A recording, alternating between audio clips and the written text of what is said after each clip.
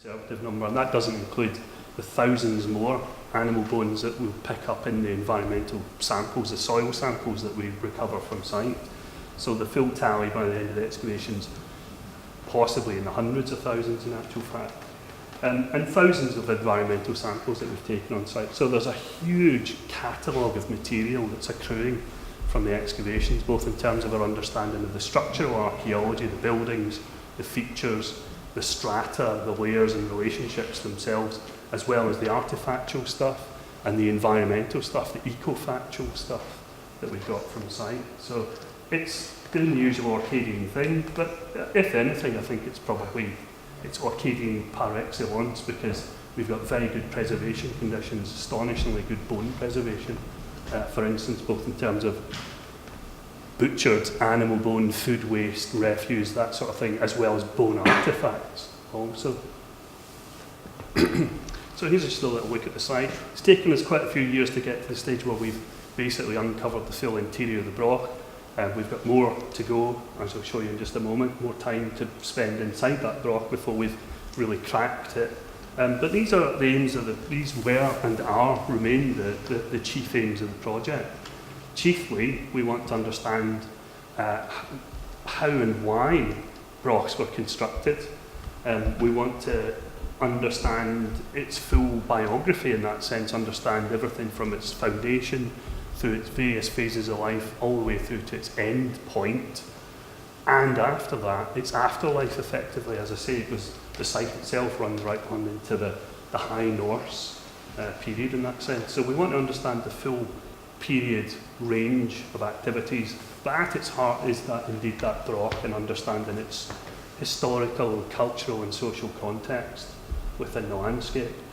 Also, and this is relevant to tonight in particular, to understand the relationship between the site and its landscape, and that's both its built landscape of other sites, other monuments, other places created by human hand in that landscape, as well as the natural features, the natural topography, the resources that were available to people within that landscape. And that's really what the second part of this talk is going to be mostly concerned with.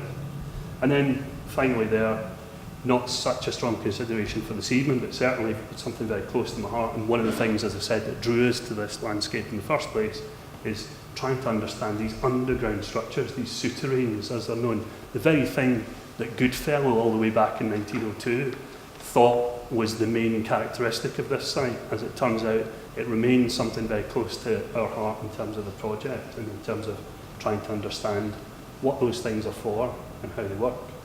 One of the questions that we face from time to time in terms of this project is why dig another Broch at all? Surely we've done plenty by now. Surely we've seen the form, the architecture. We've seen these things quite a few times, a number of them well excavated in Orkney, particularly the How. We've got splendid examples on display like Cairns.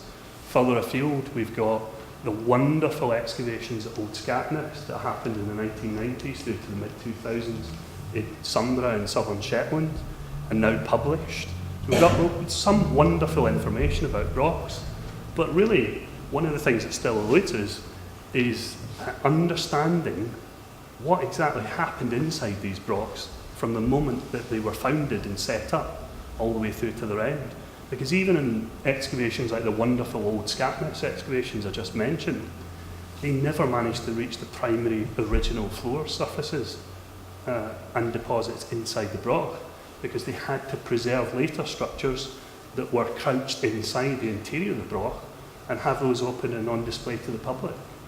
And if you go back into the back catalogue of sites like Cairns, similarly, there was not much attention paid to the deposits, the soft deposits, which we all know now as archaeologists repay more than really almost the solid architecture in terms of understanding what people are actually doing inside these structures. So yes, it's wonderful to contemplate a massive piece of architecture like that, and yes, we have to treat these things as three-dimensional buildings and try to understand the characteristics of them and the lives that people led within them in a sort of three-dimensional architectural space. But the lovely opportunity that we have at the Cairns, almost a unique opportunity in fact so far, is that we have the ability to fully excavate what appears to be a complex, multi-period set of floor deposits laid down from the get-go inside the Broch all the way through to the point in time where they decided to let go and abandon the structure. And that's unique. And so we can apply all the wonders of modern, almost forensic archaeology and investigation to those floor deposits. We can grid them out. We can examine what we find in particular corners and squares within the interior of the structure, and we can perform that gridded fingertip analysis all the way through, layer by layer by layer, to understand how the use and occupation of the inside of the Broch changed through time as well. And that's, frankly, we know nothing about the ways in which, other than quite coarse terms, we don't know very much about the ways in which Brochs changed and developed and were modified in terms of their use through time. So here you see the arc of one side of the Broch. You can see the lovely, soft, unctuous floor deposits, these greasy, rich, organic filled floor deposits that are testament to the range of activities that were underway inside the structures. On the top right there, you can see thick floor deposits. We're recovering evidence that there was organic materials perhaps laid down as a form of matting on some of the floor surfaces, and then that rotted down, and rotting away within it also with the detritus from day-to-day activities, food preparation, cooking, craft work, all those sorts of activities leave crumbs, they leave residues, they leave debitage, they leave working waste, etc. It beds down into these floor deposits and it becomes trapped within those deposits, and then someone lays another floor deposit and masks the other. Now, the other unusual characteristic of the Cairns is one of the reasons we seem to have a succession of floor deposits that are just allowed to accumulate and then are sealed by a later one so that we have the full run, is because the building seems to have been very prone to waterlogging and to poor drainage. So rather than, as is normally the case from what we've seen in other Broch excavations, rather than scoop out those floor deposits and lay out new ones, the inhabitants of the Broch at the Cairns seem to have been building up the whole time. So they're quite content to leave the floor deposit from the previous generation in situ, so that it elevates them a tiny bit above that slightly damp interior.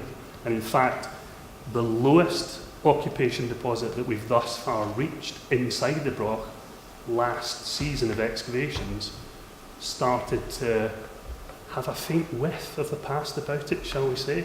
There was a very strong organic odour from the lowest deposit, and upon further investigation it turns out there's waterlogged unburnt wood down there. So this may be brushwood introduced to again build up in the inside and elevate the floor surface above this water table that's shifting up and down.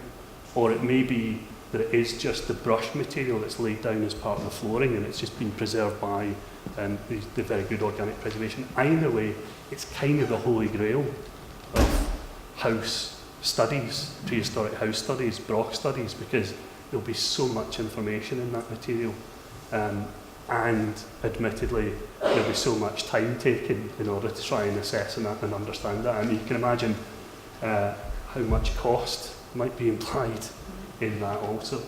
And the floor's full of artefacts, it's full of lovely things, full of lovely objects and materials, artefacts like these querns and saddle quern rubbers that you see in situ in the lower photograph there on the lower right.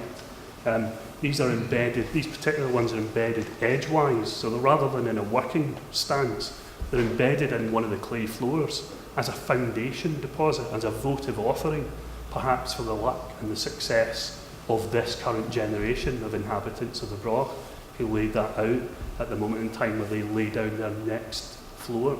And we can expect many more instances of that, which give us some insight into ideology, into social practice, into how people perceived themselves in the material world around them. So it's quite exciting to be able to recover this material, and this year there'll be a lot more of that inside the Broch. Now, the Broch's not alone.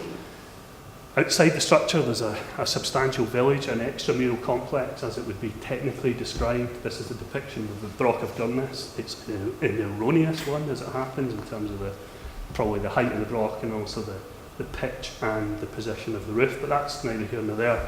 It evokes something of the busyness of these extramural buildings around Brochs. There is an age-old debate about them. Some archaeologists favour the idea that they are secondary and that the Brochs in the Northern Isles stood solitary, like those mostly in the Western Isles, for generations until eventually extramural village settlements accumulated around them. Other archaeologists, probably in the minority, but I would include myself in that minority, are of the view that the villages go hand in hand with the Brochs from the outset, at least in some form. And we're getting evidence at the Cairns that that is indeed the case. Because one of the reasons that the Broch at the Cairns is actually waterlogged is because, unfortunately, when they constructed it, a preamble to the construction process was to dig a 2-metre terrace, 2-metre deep terrace into the hillside that it's positioned on, and then lay the Broch out on that. And that 2-metre deep cut in the hillside has generally militated towards water pouring into it at certain times. They've tried to combat that through a series of drains. But one of the lucky happenstances of the fact that they cut this big terrace to receive the Broch is the village is also tucked in to that original terrace cut.